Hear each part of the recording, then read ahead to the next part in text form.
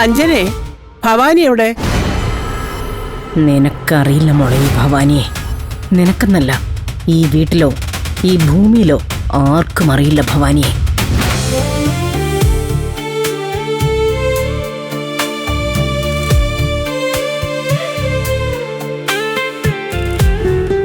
ഇനി എന്ത് വിഷമം, അതിനൊക്കെയുള്ള എന്റെ മനസ്സുമായിട്ട് അച്ഛൻ പോയത്.